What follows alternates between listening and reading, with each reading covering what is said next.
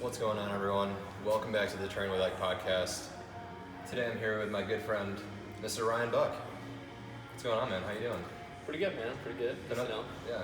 just coming back into town every once in a while. So you told me you wanted to do the podcast, and I was like, Yeah. absolutely, man. Well, I think you have like a really good story to tell, and I think that a lot of people can take a lot of different things from what you've kind of been through over the years. Yeah. I know we've known each other since like middle school-ish.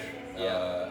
And it's been kind of a ride to watch you kind of how much growth that you've Going from kind of gone through. Yeah. little pudgy kid to this. So it's a little weird. No more pudge. That's Yeah, good. no, there is no more pudge. So I'll let you kind of introduce yourself. Okay. Whatever you kind of want, let some people know. My name is Ryan Buck. I'm from Syracuse, New York. Obviously, him and I went to middle school together. Anybody watching, you probably know who I am. I'm a sergeant in the United States Army. And pretty much just been doing my own thing for the last 4.5 years. So I love that, dude. You always did your own thing too, Yeah. which was like, it was awesome to watch. yeah, got me in trouble, but whatever.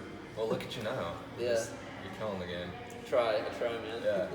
So I kind of want to start off we'll go chronological order kind of deal. So starting back in middle school, like you said, you're kind of this little pudgy Little pudgy kid. kid.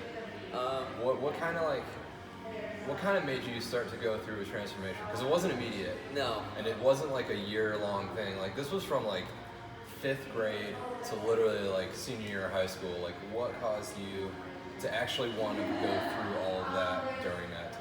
So basically, I had a lot of problems with confidence and a lot of problems with anxiety and stuff like that. And so as a kid, just dealing with that and dealing with obviously other kids, because kids can be terrible Assholes. and Yeah. mean. Basically, it really broke down a lot of confidence. And once Yeah. I got to middle school, obviously my brother was a year older than me, and trying to hang out with him and his friends, didn't know his work. Yeah. And being about 13 years old and almost 150 pounds kind of does a lot for you. Yeah. And I remember specifically, I had I had detention one day, and I saw my brother outside on the track team, and little pudgy me just ran outside, and I started working out with the track team, and nobody even knew that I wasn't on the track team. And my brother, I started working out with him and Davis Elmore that day. And Davis Elmore at the end of practice goes up to the coach and goes, "Hey, don't you think Buck should join the team?"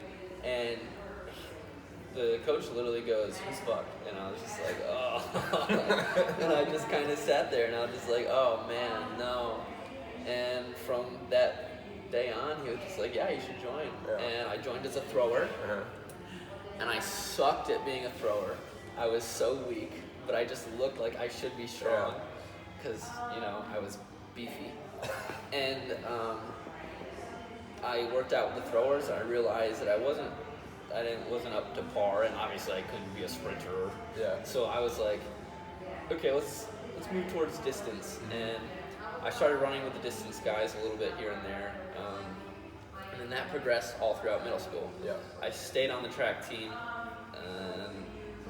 By the time I got to high school, I had lost a lot of weight, but I also, obviously, with puberty, I grew. Yeah. So I remember I showed up to freshman year and people didn't even recognize me because I was taller, but I wasn't as fat. And then the summer between 8th and 9th grade is when I got involved in martial arts. Yeah. I'd always wanted to do martial arts. When I was younger, I did karate, but I was 5 or 6. I couldn't listen. I didn't listen to people, and I would run around, and I was too aggressive, and I was hitting other kids. Yeah. So they kicked me out. They just straight said, they're like, "You're not allowed to do karate anymore." So I eventually, that passion never left. I always loved martial arts, and my parents and I moved, and we happened to move down the street from an instructor at a place called Thai Guy Martial Arts. Yeah.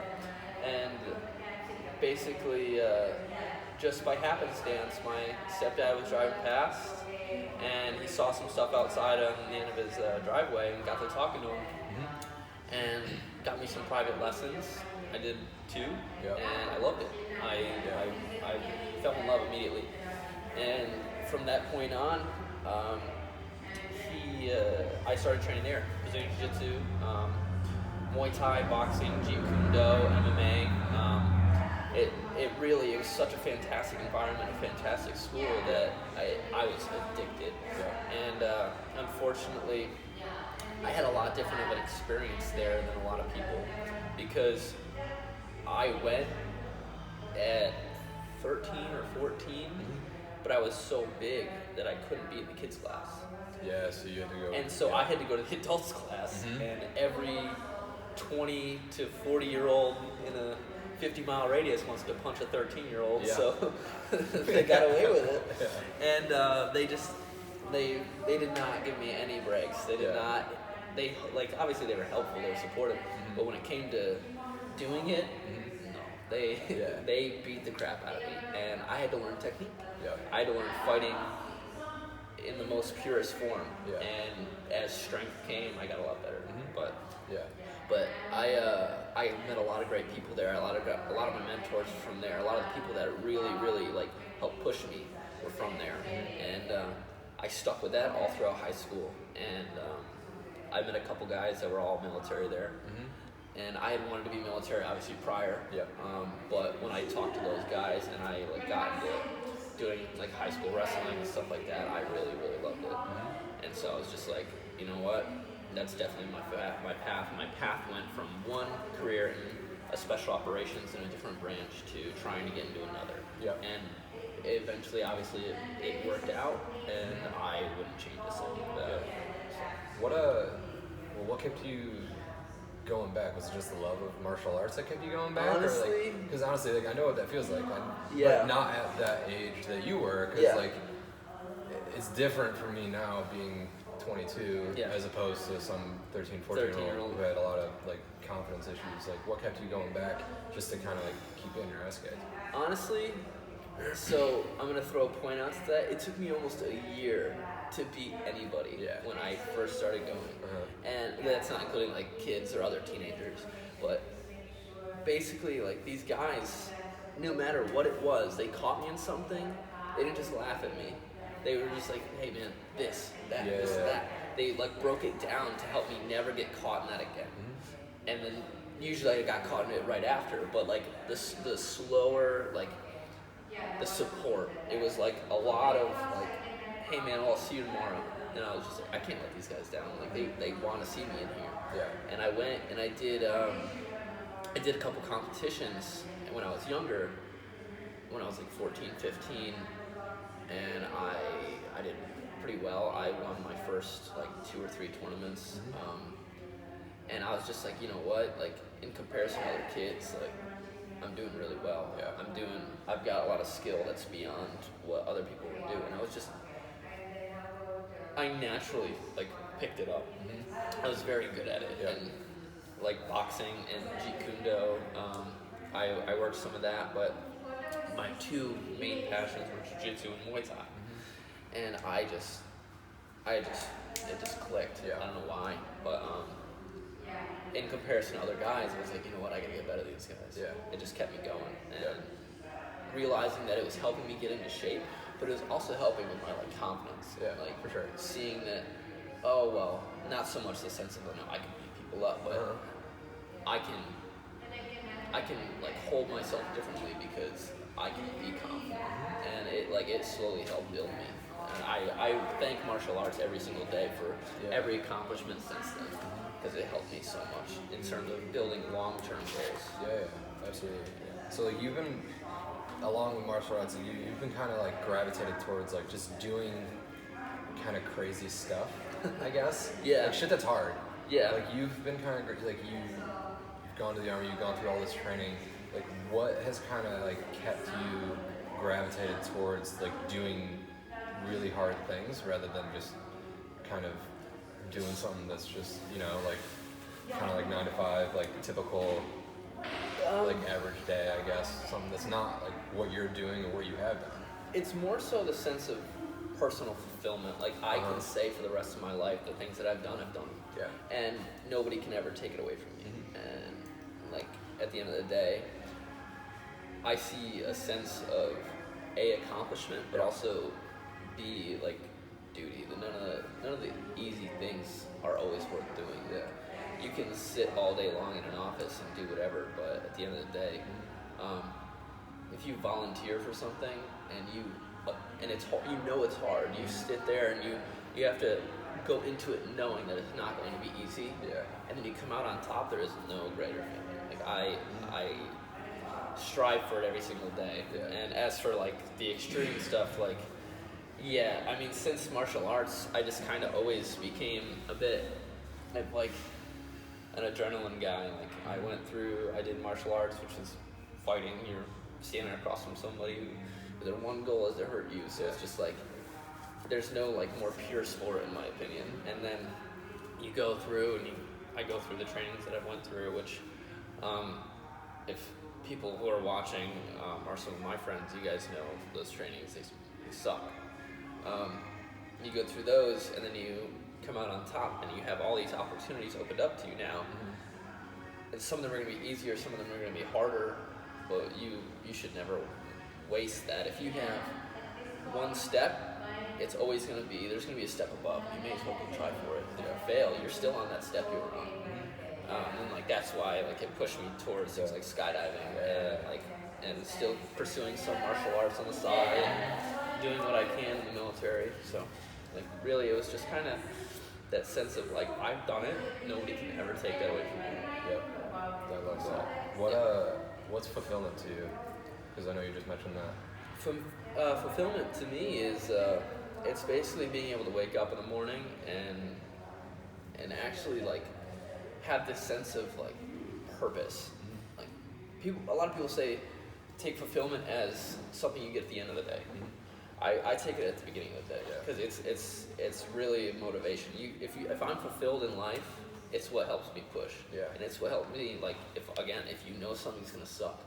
I'm fulfilled where I'm at right now. But imagine that level of fulfillment. Like picture it like a glass. You just fill it with a little bit of water every single time you do something great. And you just look, just like, you know what, I can fit more water in there. Yeah. And you just keep going. Yeah. It just keeps trucking along. I love that. Yeah, because like I know like I've watched a bunch of stuff and they're talking about how fulfillment is different than happiness because happiness is finite. Yeah. And fulfillment's like even when you're in the shed, like you still have joy for what you're doing. You might not necessarily be happy in the moment, but you're like at the end of the day, you're still like, I still love what I'm doing. It takes everything from a short-term perspective into a long-term perspective. And when people start thinking in a long-term perspective, it'll change your life. Yep. It'll completely revolutionize everything because right now might suck, but tomorrow might be better. And if it's not tomorrow, maybe it's next week. If it's not next week, maybe it's next month. But if you stop today, you'll never find out when that fulfillment's going to come. For sure. So, what can you tell us about your training a little bit? So I left. For anybody who didn't know, I left high school at 17, half a year early because I already fulfilled all my graduation requirements. January 30th, I graduated, and March 17th, I went to basic training. I went to basic training. It was like 13 weeks long or something like that. I don't remember. Finished that. Went through airborne school in Fort Benning, Georgia, which basically you do 3 weeks of accumulation of training that starts from jumping on the ground, learning how to fall, how to land, how to do procedures, safety procedures. Then you go into towers, which is jumping out of a 250-foot tower. Yeah. Jumping off of some like swing trainers. It's weird. And then the third week accumulates into actually doing airborne operations. So you jump out of planes at anywhere between the capability is 800 between 1,500 feet. So, but realistically, you jump at 1,250 feet in airborne school in a self-deployed parachute, and you just basically fall to the earth. You just smack the ground. You do that 5 times. Upon completion of your 5th jump, you're airborne qualified. Yeah. From there, I went through some additional training to learn more like my specialty job, and then I came back and went through a selection process that I volunteered for when I first signed up for the Army. Mm-hmm. Selection process was 8.5 weeks long, and it sucked. It was shitty. Yeah. I hated my life. I was 18 when I was going through it, and it was in November. I got there in November of 2015. Yeah. I actually started January 1st of 2016. I graduated the beginning of March in 2016, obviously. But I was there. We have a pre-program, Mm-hmm. and so we classed up with 285 people, and we ended with 70. So we lost a lot of guys. Mm-hmm. All different reasons. Some people just quit because they didn't want to do it. Yeah. Some people quit because it was just too hard. Mm-hmm. Some people were lost along the way because they couldn't pass a physical gate. They couldn't pass a physical standard or something like that. Yeah. And basically, at the accumulation, we were left with 70 guys. This 70 guys were then spread across multiple places that they could go within that community that got selected. I went to Savannah, Georgia, and basically from there, people always say that selection process is the easy part, which it's pretty true, because you get to the unit and you have to grind. It's a competition to stay there constantly, and you have to go through and you have to maintain that physical standard. And if anything, you have to surpass it, because if you want to keep going, if you want to keep rising in the standards, you need to keep going and you need to keep grinding. Hence why, if anybody recognizes me from high school, I don't look even anything like senior year.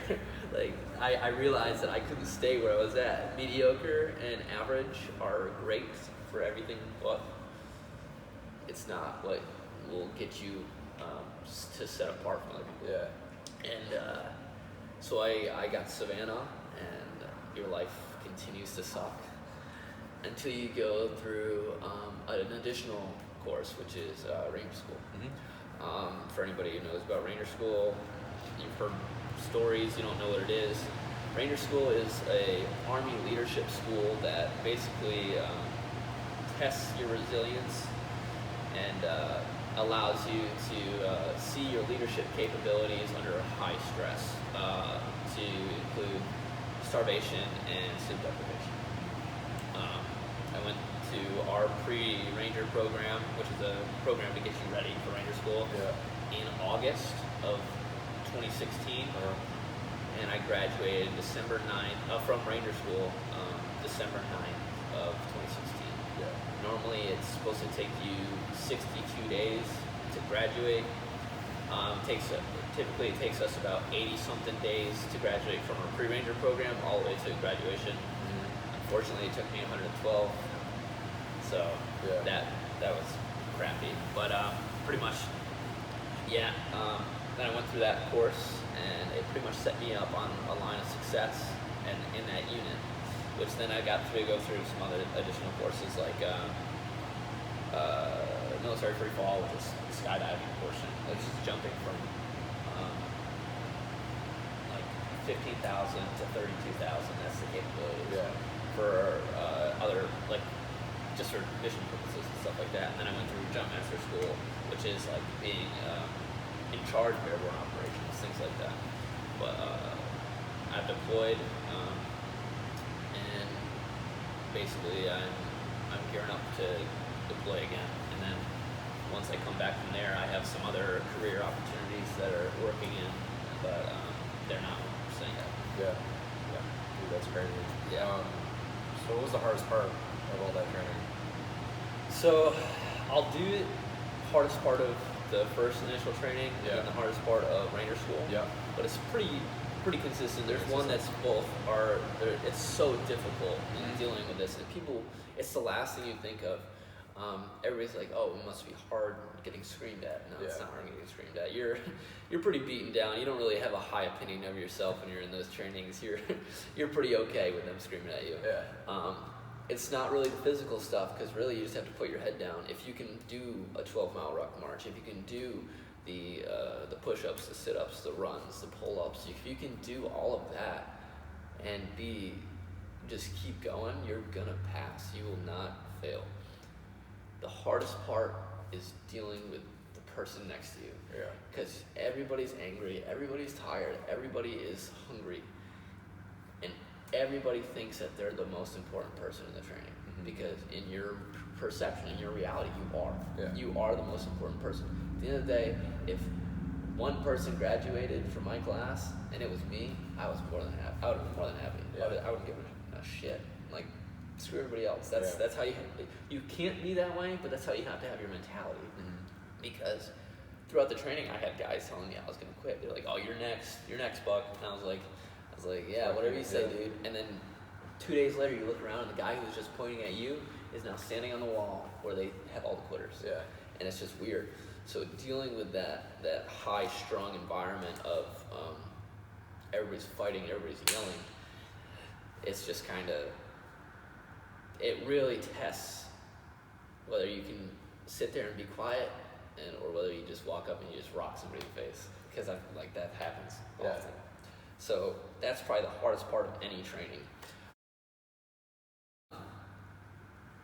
The physical stuff, it's more so, there's it's a week-long period where you're in a certain place, and basically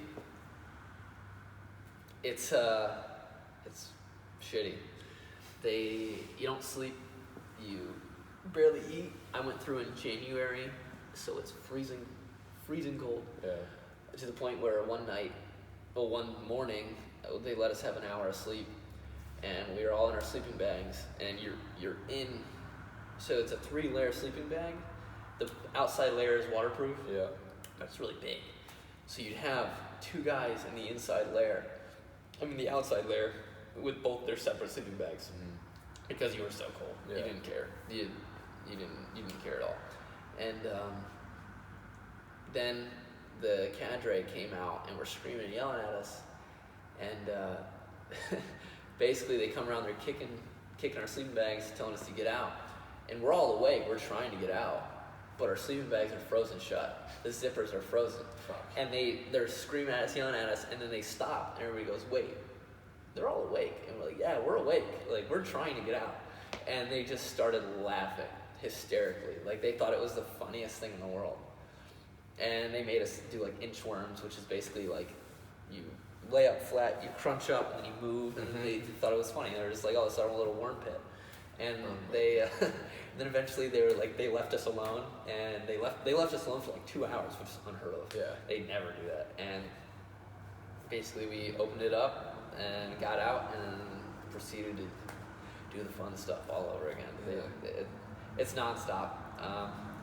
They do teach you throughout that course, but it's mainly just a test of grit and whether you can deal with that, because at the end of the day, the mentality of that unit is, can you survive right now when it's minimal risk, when it's minimal repercussions to your actions? Because you just get up and go. Yeah, you can get up and quit right now. Are you going to get up and quit right now, or are you going to quit when it's actually hard, when somebody could die for it? Yeah. And that's kind of their mentality, is if you're going to quit now, they definitely don't want you then. Yeah. So For sure. That's the first initial program, and then Ranger School. Ranger School, the hardest part again, dealing with people, because that's where you're actually not eating. You get 1 meal a day, then you're not sleeping. Sometimes you walk straight through the night, and you see the sun come up, and you're just like, "Huh, that sucks." And sometimes you'll get like 2 hours, 3 hours. It's awesome. It's a great day. You're gonna wake up. You're gonna have a good day. But like physically, probably the hardest is the last phase. The last phase is it's called swamp phase or Florida phase. you're down obviously in Florida, Yeah. and you have multiple swamp crossings throughout the course, and it's freezing if you go a certain time of year. And I went a certain time of year, of course, and it sucked. Yeah. I was freezing so much, and it's to the point where sometimes they won't let you do a swamp crossing because it's so cold, and unfortunately, they're like, I think it's like if it's 70 degrees out or something like that, you can't do it. And it was like 71, and they were just like, we're doing it, guys. And I was like, sweet, that's my life. And and you just kind of sit there and you look at the guy next to you, and at the same time as that's the hardest part to deal with, you look at a guy next to you and he's sitting there like, and you just both smile at each other. That's what keeps you going. Yeah. Like, because you just laugh, because everybody is doing the same dumb crap, and like the instructors know it's dumb. Yeah. They know that what they're doing right now is so stupid, but it doesn't matter because it's what everybody in the course did before you. They will not change the course, and that's just plain and simple. Like, it's for traditional purposes, like in that sense. Like, I know every other person who's went to Ranger School, I can walk up to them and be like, how was your Florida phase? And they're going to be like, that shit sucked. And they're going to be like, I did it twice. And they're going to be like, sorry. And like, that's just the reality. Yeah. And like, you can walk up to anybody and if they've done it, they know. It's a connection that you can share with them forever. So the camaraderie is what really helps a lot, keeps you going in that sense. Yeah. But it's also your number one default, because how Ranger School works is you are in a graded position once every few days, and it's how everybody else performs under your command and your leadership capabilities while sleep deprived and food deprived, that you're graded. It's not about how well I can lead, it's how well people follow. Yeah. And if I tell everybody to do this, but they don't do it, ultimately it's like I didn't tell them. Yeah. So then the instructors see that, and then you fail. Yeah. So if a guy's asleep when you're supposed to be doing something, that guy just failed you. The guy just made you have to redo an entire phase. And he's gonna go on because he probably already passed, and now you're stuck. So that to me was like hard. Like, I remember specifically, I got my what's called a go, your pass in mountain phase, which is the second phase. I got mine because I fired my squad leader. Another guy in a graded position, I straight up walked up to him and I was like, you're done, you're fired. And because I was in a graded position. And the CAJ were like, well, technically he ranks over him. Like, in my position, I ranked over him. So they were like, yeah, you're done, man, you're fired. And I appointed somebody else, and the second I appointed somebody else, everything that I had been saying for the last hour got done. And they were like, that was the smartest decision. Like, ultimately, that led to the success of our mission. Yeah. And so they were like, yeah, give that guy his pass. And of my squad, like my little group of guys, so it's platoon, and then each platoon's broken down into a squad, and then the squads are broken down into teams. Of my squad going from mountains, which is second phase, into Florida, the third phase and final phase, only 4 of us out of 18 went.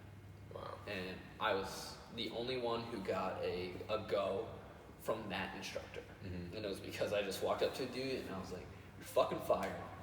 Give Manny your shit. And like, I still remember the guy's face. I remember the guy who I gave the team to, or the squad to, and like, he was just like, hell yeah. Yeah. He loved it. The instructor thought it was hysterical. And so he passed me. But like, it's to that level. Like, a guy is so tired and so hungry that a guy he's been spending and suffering with, he just didn't even care. He did not give a crap about me. So that's where it comes to like being so difficult. Is really dealing with those guys and dealing with the guys that don't realize that if like you're next to me and you're doing it why would I want you to do it again? Yeah. You're my boy. Like, why Yeah. would I? I've been through the first phase with you. I'm going through the second phase with you. Why am I going to screw you over? Mm-hmm. And some people just don't care. Yeah. And like, you're only as strong as your weakest link, and that sounds so stupid. It's a cliche, Yeah. but it's true. Like, you can't move faster than the slowest guy. You're just going to leave him. Mm-hmm. And if you leave him, then how good of a leader are you? Yeah. So, Exactly. That's probably the hardest That's part of crazy. those two. So, Yeah. So I kind of want to start wrapping things up a little bit. Out of everything that you've kind of gone through and learned, between the transformation, between starting martial arts, between joining the army, between all the trainings that you've gone through, all the bullshit, like all the crap that you had to go through. yeah. What do you think one thing people could do to start kind of like bettering themselves? Like kind of one thing that people aren't doing that they should be to kind of just optimize their lives every single day. So Could be something you do, could be something that you just, the number picked one up on. thing that got me going was just realizing that nobody's going to start anything for you. Nobody is going to be a better motivator or a pusher than yourself. So if you're sincerely like wondering whether you're going to do something or like trying to like gauge whether you do it, why not? Like, why not just do it? Like, there's no reason in waiting. There's no purpose in Yeah.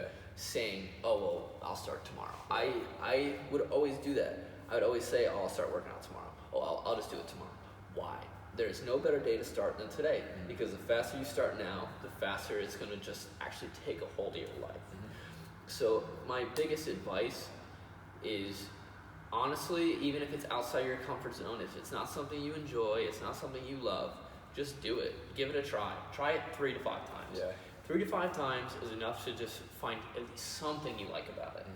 And from there, just cling on to that one thing you like, and you'll find more, and Yeah. it'll keep you going. It Yeah. sincerely will. Because if you just sit there and you talk all day long about, oh, I'll start this, or I want to do this. What is keeping you from doing it other than Yeah. yourself? Yeah, exactly. No one's sitting there saying like, literally holding you back, saying exactly. you can't fucking do this. Yeah. No. Like, There is an avenue. Yeah. People are like, oh, I don't got a car. Fucking Uber. yeah. Uber that Take shit. the bus. Fuck. Yeah, like take the find bus. a way. Yeah. Yep. I love that, man. That's fucking awesome. Yeah, it's like, it's so simple, but it's really it's fundamentally going to change everything. Is Yeah. when you start thinking long term, and you stop limiting yourself, because that's the only person limiting you. All right, really quick before I ask my last question. Yep. Where can these guys find and connect with you online? So I have my Instagram. I think it's r_buck33. I think Facebook ryan.l.p_buck. Yep. And I think that's about all I have. All right, so my last question. If people can only take one thing from everything that we've kind of gone over, what would you want them to take from it? One thing Yeah. is, it's never too late to start something. Like, you can attest to this. Like, this is like linking to you. Yeah. What age did you start doing wrestling? 21. Yeah. 21 years old, and he's doing wrestling, he's doing martial arts. I had the privilege of starting young, but it's never too late to make a change. Like, I've seen some insane transformations, like people weighing 250 pounds, fat as shit, and they're just like, enough is enough. So just realize that, again, only person stopping you is you, and it's never too late to find a new passion, to find a new love, and to actually go for what you're going for. Yeah. That's awesome. That's my primary. I love that. Yeah. Dude, thanks so much for Yeah, of course, taking man. the time. I appreciate it. Like, I know you're only back for a little bit, so it means Dude. a lot that you come through and Of course. sit down dude. with me a little bit. It's always Yeah, nice to it's a great time. get Of course, knowledge. man. All right. Appreciate it. Thanks for everyone for watching. See you next time.